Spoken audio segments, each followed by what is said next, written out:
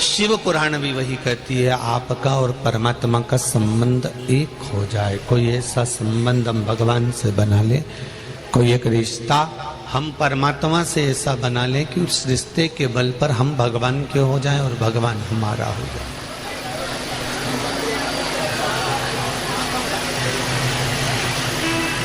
कोई पिता का, कोई पुत्र का, कोई भाई का, कोई बंधु का, कोई सखा का।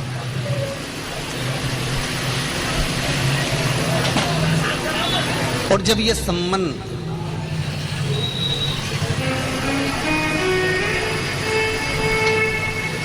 पूर्णता की ओर हो जाएगा तो परमात्मा को मिलने में देरी नहीं लगेगी।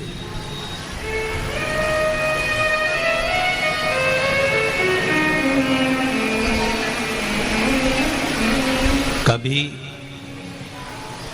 किसी भगवान ने आकर आपके सामने कहा कि मुझको 2 किलो केला चढ़ाना, 2 किलो सेवफल चढ़ाना, सोने का हार चढ़ाना, चांदी का मुकुट चढ़ाना, 1 जोड़ी अच्छा कपड़ा चढ़ाना, 2 किलो मिठाई लेकर आना, वो भी अच्छे हलवाई के यहाँ से। कभी भगवान बोला आकर? नहीं।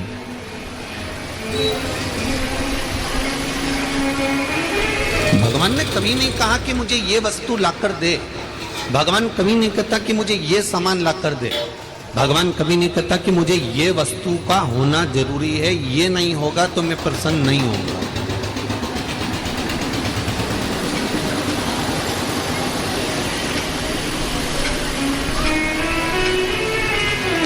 शिव महापुराण की कथा तो यहां तक कहती है, 1 लोटा जल हो चढ़ा दो, नहीं हो बेलपत्री हो तो बेलपत्री चढ़ा दो, बेलपत्री भी नहीं हो तो शंकर भगवान की उठाकर धोकर उसी को चढ़ा दो, वो भी नहीं हो तो फिर 3 बार ताली बजा दो, इतना भी नहीं हो तो मंदिर से जाते जाते मंदिर के शिखर का दर्शन कर लो, वो भी नहीं हो सकता तो कोई मंदिर से निकल कर जा रहा हो, मंदिर में दर्शन कर कर जा रहा हो, पूजन कर कर जा रहा हो, उसका दर्शन कर लो।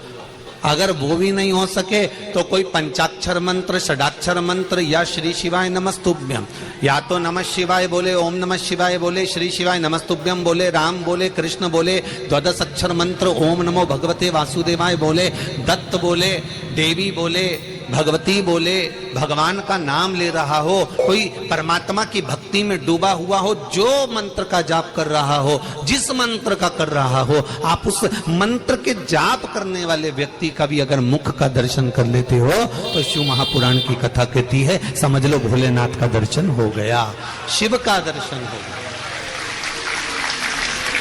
जो भगवान के भजन का स्मरण करता हो, जो भगवान का नाम जाप करता हो, भगवान का कीर्तन करता हो, भले वो राम का करे, कृष्ण का करे, शिव का करे, पंचाक्षर करे, षडाक्षर करे, 12 अक्षर करे, 2 नाम का करे, 2 अक्षर का करे, 2.5 अक्षर का करे, चाहे श्री शिवाय नमस्तुभ्यम जपे, उसकी मर्जी हो वो जो जपे।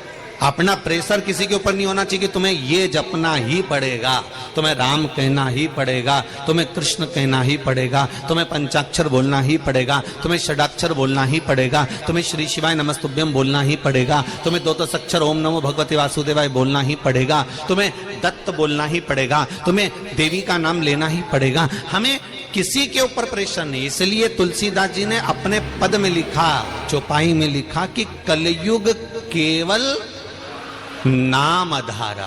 तुलसीदास जी ने ये नहीं लिखा कि कलयुग केवल राम धारा, राम नहीं लिखा। तुलसीदास जी कहते तुम्हारी मर्जी पड़े वो बोलो, मैं इस चक्कर में पड़ता ही नहीं कि तुम राम बोलो, तुम तो बोलो बस, कुछ भी जपो, जपो जरूर।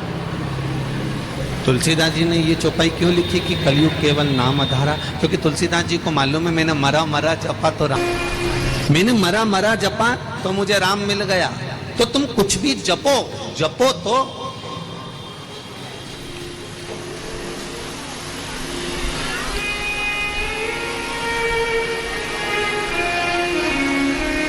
हम तो भ्रम में पड़े रहते हैं।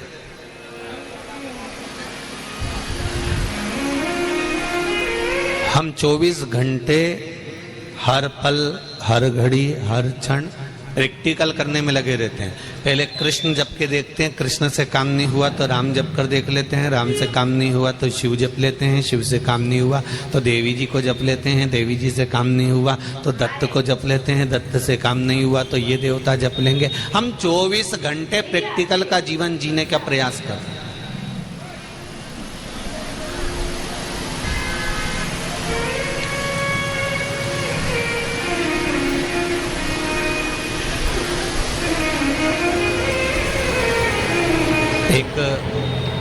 एक बार मुंबई में कथा थी। एक बेटी मिलने के लिए, और वो बेटी ने कहा गुरुजी मैं यहीं रहती हूँ थाने में। मैंने कहा ठीक है, मैं रोज एक प्रैक्टिकल करती हूँ गुरुदेव। हमने पूछा कौन सा प्रैक्टिकल करती है? गुरुजी मैं रोज प्रतिदिन एक फोटो हीरो हीरोइन का पलंग के पास रखती हूँ, सुबह देखती हूँ किसका फोटो का मुंह अच्छा है, मेरा दिन आज कैसा निकला है। हमने कहा गजब। अब पढ़े लिखे बच्चे को हीरो हीरोइन से निकाल कर शिव और पार्वती तक लेकर आना थोड़ा सा कठिन काम तो है।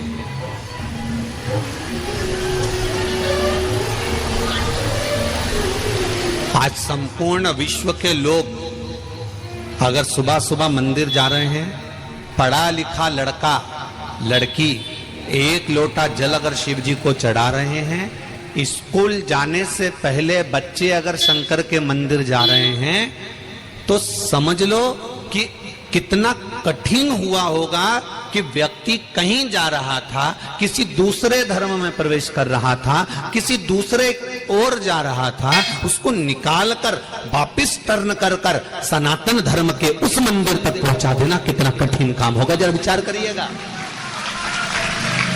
जिस समय पर सनातन धर्म को लोग तोड़ने में लगे हुए थे, जिस समय पर सनातन धर्म को लोग काटने में लगे हुए थे, प्रत्येक दूसरे धर्म का व्यक्ति केवल एक ही धर्म को काटने में लगा हुआ है, और वो है सनातन धर्म। कैसे भी इस धर्म को काटना है, इन व्यक्ति को काटकर अपने धर्म में लेकर आओ। एक व्यक्ति अपने धर्म में ले जा रहा है, उधर से खींचकर उधर धर्म में लेकर जा रहा है, उधर से खींचकर उधर धर्म में लेकर जा रहा है। सनातन धर्म के व्यक्ति को बार बार काटा जा रहा है। जरा विचार करो, जो सनातन धर्म को काट रहे थे और जो लोग मुड़ चुके थे, उन मुड़े हुए व्यक्ति को वापिस टर्न कर कर शंकर जी के मंदिर में एक लोटा जल चढ़वाना कितना कठिन काम होगा। जरा विचार करिएगा। एक एक सनातनी को खींचकर शिव मंदिर तक पहुंचा।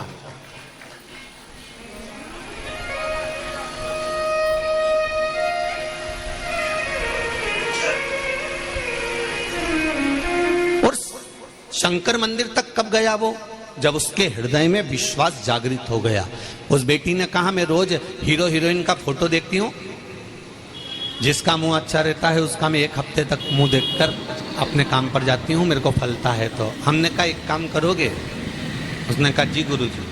हमने कहा बेटा एक काम करो कि 33 कोटि देवी देवता हैं, नेट पे सर्च करना, तुम्हारा मन पड़ा करे तो फोटो को देखने की अपेक्षा हीरो हीरोइन के एक एक देवता का फोटो देखकर फिर सुबह उठना।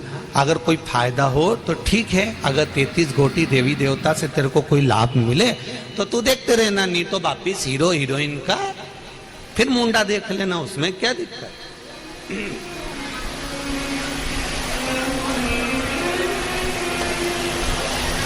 उसने कहा गुरुजी हीरो हीरोइन का मुंह देखने से ज्यादा फायदा मिलेगा कि 33 कोटि देवी देवताओं का? हमने कहा हीरो हीरोइन को तो उन 33 कोटि देवताओं ने बनाया कि इनका मुंडा की ऐसी छाप है, इनके मुख का ये स्वरूप है।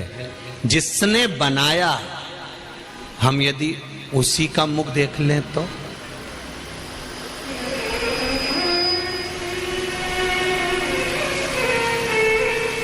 महाराज तेरी प्रतिमा इतनी सुंदर, तो कितना सुंदर होगा।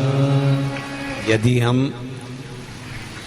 जिसने आपको और हमको बनाया, जिसने इस संसार को बनाया, इस सृष्टि को बनाया, अगर हम उसका मुख देख लें तो फिर हमें किसी का मुख देखने की जरूरत पड़ेगी? उसने कहा गुरुजी कथा कितने दिन की बची आपके यहाँ? हमने कहा 3 दिन की कथा हो रही है। उस समय पर माहेश्वरी महिला मंडल कथा करा रही थी मुंबई में। शायद YouTube पे भी डली होगी वो कथा। मोर वाला बदक वाला एक सिंहासन बना होगा, वो देखना माहेश्वरी महिला मंडल की वो कथा डली होगी।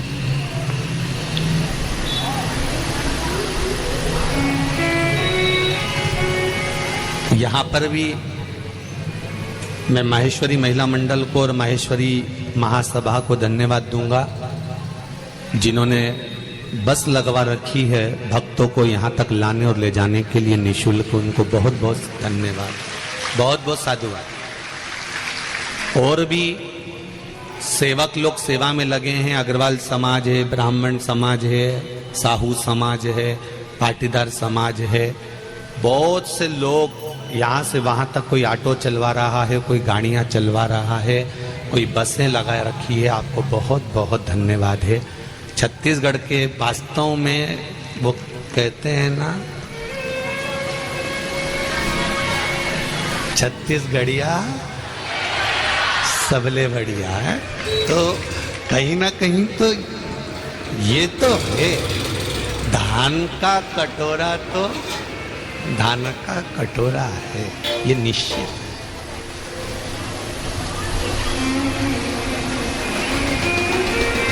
धन कितना है ये मतलब नहीं है।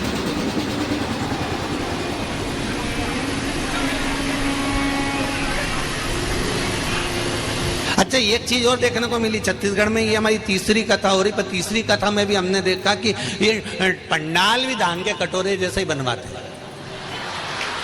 हमने ये चीज तो देखी है यहाँ पर, मतलब वो पंडाल ऐसा तो मिला ही नहीं। जब भी मिला नहीं तो गोल ही मिला। तो हमने आशीष से कहा, आशीष बोला गुरुजी पंडाल लग गया था। हमने तो देखा ही नहीं था, हमने तो आशीष से कह दिया था गोल लगा होगा पक्का है।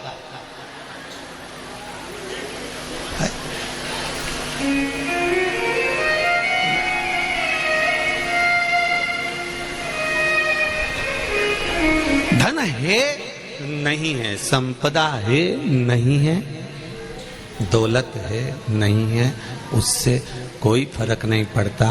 पर छत्तीसगढ़ वालों का एक भाव जरूर कहूंगा कि धन और वैभव से नहीं, यहाँ के लोग दिल से जुड़ते हैं और दिल से ही आनंद सेवा करते हैं। बहुत बहुत साधुवाद।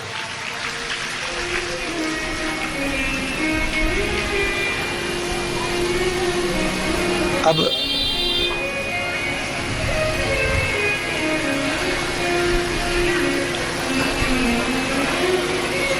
उस बेटी ने पूछा गुरुजी कथा कितने दिन की रह गई? हमने कहा 3 दिन की कथा हो रही। कहा गुरुदेव अब मैं एक एक देवी देवता को देखूंगी, ये बताओ पहले किसको देखूं? हमने कहा जिस पे तुम्हारा मन। आप मानोगे नहीं, 3 दिन की कथा भी पूरी नहीं हुई और वो दूसरे दिन कथा में सबसे आगे आकर बैठी हुई थी। माहेश्वरी महिला मंडल ने उस बेटी को 2 बार कहा बेटा सेकंड वाले सोफे पर जाकर बैठ जाओ, पर नहीं बैठी। कहा यहाँ कोई अतिथि आने वाले हैं, वो नहीं बैठी, वो फर्स्ट पर ही बैठी। फर्स्ट कथा पूरी हुई, हम उतर कर जाने लगे, वो आकर खड़ी हुई। उसने प्रणाम कर कर कहा गुरुजी अब मुझे कोई दूसरा फोटो नहीं देखना है, मैंने एक फोटो चुन लिया। मैंने कहा चुन लिया आपने? हाँ। 2 दिन से उस फोटो का सवेरे से दर्शन करती हूँ और पहले दिन जब मैं दर्शन करके चली हमेशा ट्रेन के धक्के खाकर जाती थी, पर मेरे भाई ने मुझे 4 व्हीलर गाड़ी दिला दी है, इतनी कृपा कर दी है। और दूसरे दिन जब मैं ऑफिस में पहुंची तो मेरा प्रमोशन का लेटर मेरे हाथ में था, इसलिए अब मैं किसी का चेहरा नहीं देखूंगी। तो हमने पूछा तूने चेहरा देख लिया? हो, देख लिया।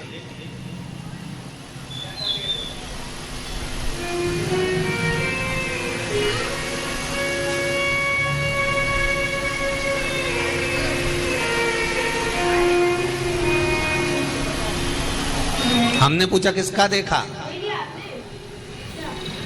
उसने कहा गुरुजी, जैसे ही फोटो निकाले मोबाइल के पूरे स्क्रीन पर ढेर सारे इतने बड़े बड़े बहुत सारे फोटो आ गए। मैंने भी सोच लिया सबको देख लो, इसलिए जितने फोटो थे सबका दर्शन करा। राम भी थे, कृष्ण भी थे, शिव भी थे, दत्त भी थे, देवी भी थी, सब थे। मुझे तो ये लगता है कि सारे देवता एक ही हैं और उन सब ने मिलकर मेरा कल्याण कर दिया। इससे बढ़कर और क्या चाहिए? हम भटक रहे हैं, हम भ्रमित हैं, हम संसार में आके भटक रहे हैं कि हमें इस मंत्र का जाप करना चाहिए, इस मंत्र का जाप करना चाहिए, इस देवता को मानना चाहिए, उस देवता को मानना चाहिए। हमने अपने आप में मंत्र को बड़ा बना दिया, छोटा बना दिया। ये हमारी मूलता है। इतने साल हो गए शिव महापुराण की कथा को करते करते, इस व्यासपीठ से ये कभी नहीं कहा गया कि इस मंत्र को जपना और इस मंत्र को छोड़ देना, या इस मंत्र को जपना या इस मंत्र को छोड़ देना। प्रत्येक कथा में एक ही बात कहा जाती है, चाहे राम बोलो, चाहे कृष्ण बोलो, चाहे 2.5 अक्षर का बोलो, चाहे 2 अक्षर का बोलो, चाहे पंचाक्षर बोलो, चाहे षडाक्षर बोलो, चाहे द्वादश अक्षर का बोलो, चाहे श्री शिवाय नमस्तुभ्यम बोलो, चाहे दत्त बोलो, चाहे देवी बोलो, तुम्हारा मन पड़े उसको जपो, पर मंत्र जपो जरूर। इस व्यासपीठ से एक बात हम बार बार कहते हैं, मंत्र का जाप करना। मंत्र कोई छोटा नहीं होता ना बड़ा होता, कोई बड़प्पन का कि ये बड़ा हो गया ये छोटा। आप दिल से जिसको भज रहे हो वो बड़ा है।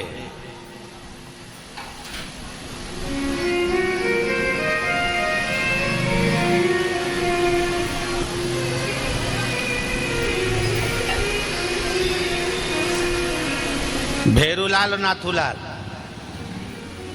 समझ लो, प्रैक्टिकल। ये तो आप कथा को अपन अपने ऊपर लेकर चलते हैं। 2 लड़के तुमको देखने के लिए, भेरू और नाथू। अब देखने दोनों आए, बातचीत दोनों से हुई, होटल में बैठकर बात भी करी, खाना भी दोनों के साथ खाया, घूम के भी आए, शादी एक से हुई। तो तुम पांव एक का पढ़ोगे कि 2 का पढ़ोगे? अरे बोलती तो जाओ, एक का ही ना। बहुत अच्छे से समझ लेना। तुम हलवा बना रही थी,